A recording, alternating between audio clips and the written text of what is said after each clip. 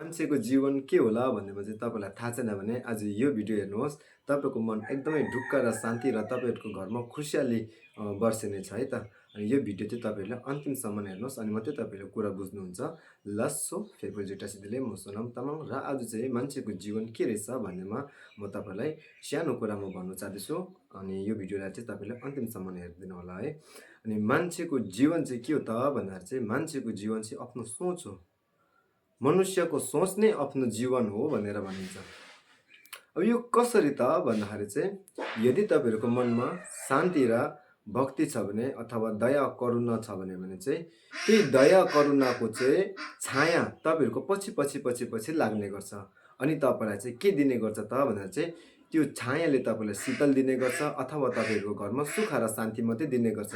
यदि तपाईँहरूको मनमा क्रोध, हिंसा अनि अरूलाई ढ्यास्छु, अरूलाई मार्छु, अरूलाई यस्तो गर्ने, साला त्यसले यसको आज म त्यसको पैसा खान्छु, आज यसलाई कसरी ठगौँ भनेर चाहिँ हो त्यस्तो प्रकारको तपाईँको सोच छ भने कालो बादलको छाया अथवा नराम्रो प्रकारको छाया, भूत पिसाबको छाया चाहिँ तपाईँहरूको शिसको माथि घुमिराख्ने गर्छ र तपाईँलाई घरिघरि रिस उठाएको पार्ने गर्छ। चनक चनक मुखबाट जे पायो त्यही निस्किने गर्छ है। अनि हो त्यस्तो कारणले गर्दाखेरि चाहिँ हामीलाई चाहिँ जुन चाहिँ केतु ग्रहहरू लाग्न सक्छ अथवा हामीलाई चाहिँ मनले कुतकुताइरहेको हुन्छ। त्यसलाई यस्तो गर, त्यसलाई उस्तो गर, त्यसलाई ह्यान गर, त्यसलाई त्यान गर भने किन हुन्छ त यो भन्दाखेरि चाहिँ हामीले नै निस्काएको यो जुन चाहिँ नराम्रो सोच, हामीले जुन चाहिँ सोचेको त्यो नराम्रो कुकर्महरू हामीले नै निस्काएको र त्यही कुकर्मले चाहिँ हामीलाई नै थिचेको र हामी टेन्सनमा बसेको हुन्छौँ। यो चिजलाई चाहिँ बुझ्नु पर्यो।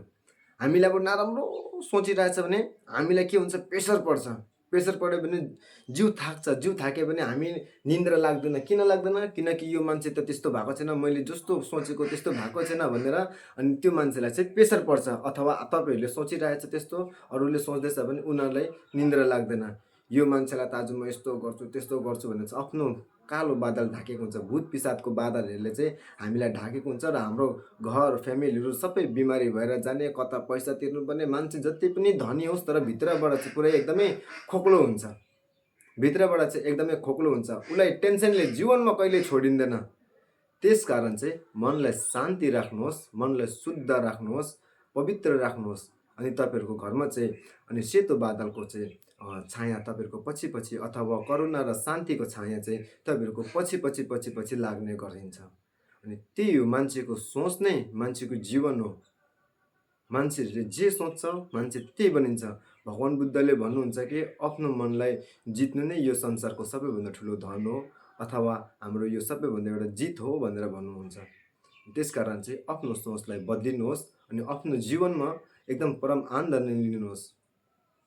परम आनन्द लिनुहोस् आफ्नो जीवनमा चाहिँ आफ्नो सोचलाई बदलेर चाहिँ। यदि तपाईँहरूको सोचलाई तपाईँहरूले बदलिनु भएन भने चाहिँ त्यो तपाईँहरूको माथि हो। तपाईँको डिसाइड के हुन्छ, तपाईँ नराम्रो बनिनु चाहनुहुन्छ अथवा राम्रो बनिनु चाहनुहुन्छ। त्यस कारण चाहिँ मनलाई कन्ट्रोल गर्ने, मनलाई जति सक्दो धीमित राख्नु चेष्टा गर्ने। जस्तो कि यो जुन चाहिँ अब डिल्बु भयो, यो डिल्बु अहिले कति शान्त छ है। यसलाई म जति पनि बजाउँ यस्तो गरेर अब यसले त जति पनि बज्दा हल्ला चिल्ला गर्दाखेरि अब बजेको भने हल्ला चिल्ला गर्दै कान त खान्छै। यो मैले बजाएको गरेँ भने के हुन्छ त भन्दाखेरि चाहिँ यसको भित्रको डोरी टुटेर जान्छ। अब यसले बजेर अरूको कान खाँदैछ भने चाहिँ यो अफै नै खत्तम भएर जाने गर्छ। बुझ्नु हुँदैछ त कुरा?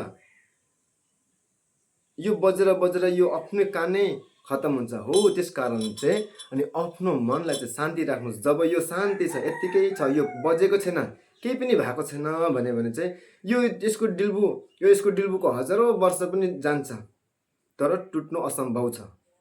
यत्तिकै राखिराख्यो भने यो टुट्नु चाहिँ असम्भव छ। यदि यसलाई तपाईँले बजाएको एक नन स्टेप बजाएको गऱ्यो भने चाहिँ यो चाहिँ 100मा 100% 1-2 घन्टामा टुट्छ यसको डोरी। जति नै सख्त होस्, जति नै टाइट होस्, तर यो टुट्छ। यो बेसी दिनसम्म टिक्दैन।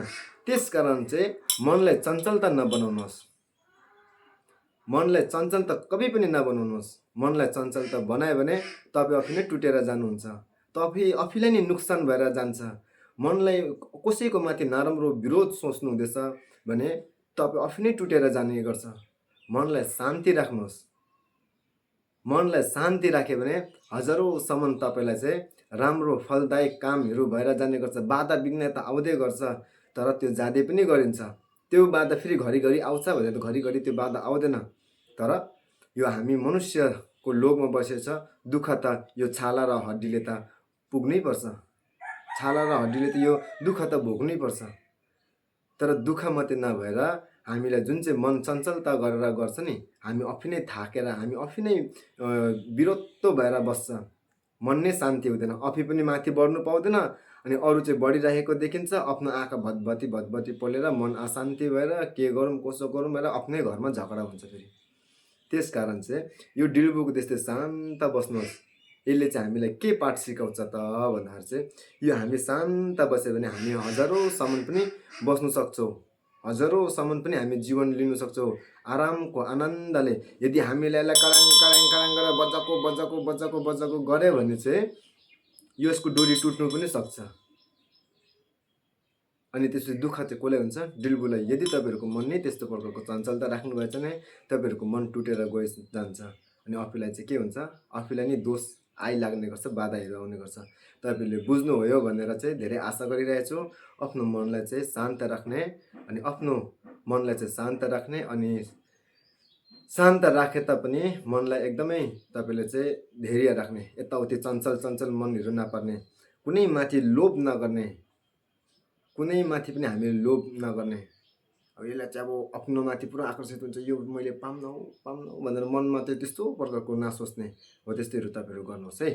अनि त्यस्तैहरू गर्नु भएन भने चाहिँ पछाडि चाहिँ फेरि पस्ताउनुहुन्छ तपाईँहरूले।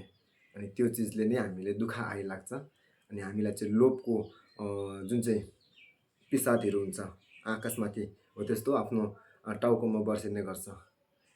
लस्सो हो। ल तपाईँहरूले बुझ्नुभयो होला भन्ने म धेरै आशा गरिरहेको छु। अनि यस्तो भिडियोहरूको लागि तपाईँहरू जुटिँदै गर्नुहोस् अनि यो भिडियो चाहिँ उनीहरूलाई सेयर गरिदिनुहोस् कि जो मान्छेहरू बेसी नै टेन्सन गरिरहेको हुन्छ, बेसी नै मन चञ्चलता भइरहेको हुन्छ है। अनि उनीहरूलाई अनि सेयर गरिदिनु होला। लस्सो फेफुल्जेटा सिधीले।